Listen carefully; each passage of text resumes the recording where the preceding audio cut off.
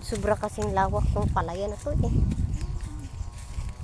Mas maganda yun kaya hindi sila bibili ng bigas. Oo. Mahigit ano to siguro, 2 o 3 hektare to. Kasi ito nasa ano to? 3. Isang hektare kasi pa ganun. Ano po to, ano siya? Dalawa lang to. Ito mahigit pa ano to. Saboy to ay. Oo. Hindi, umbok-umbok. Kami. No, Oo, umbok siya. kami siya ganun. Ito dito sa kabila, saboy. Ito hindi, yung umbok-umbok.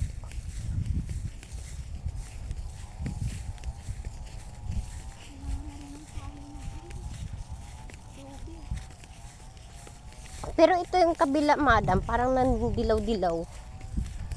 Oo. Kulang na sila sa tubig kasi.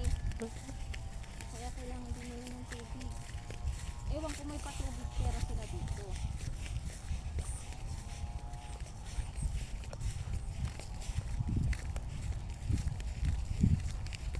Hindi na ako makakabili ng mga beauty products ko nito, te.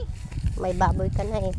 Bago ako bumili, unahin muna kailangan ng baboy. Oo. Ng Palago. mga kambing. Naku, madam, palaguin mo na yung baboy. Yun ang maganda, papalaguin mo. Ito talagang gusto namin dito sa asawa ko. Saka baka. Ako, baka madam, walang pagkain.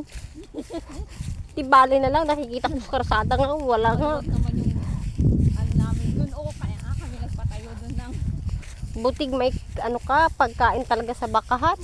oo, meron yan. Wala naman, eh, baka nga dyan, kalansay na nga.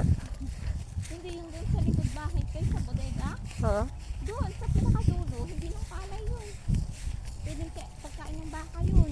Oo nga. Pero kailangan damihan mo ng tanim eh. Kasi pag hindi mo dinadamihan ng tanim doon, kawawa yung baka mo, baboy na nga alagaan mo. Tingnan mo na. Yes, madami na yan. Sinabihan pa talaga ako na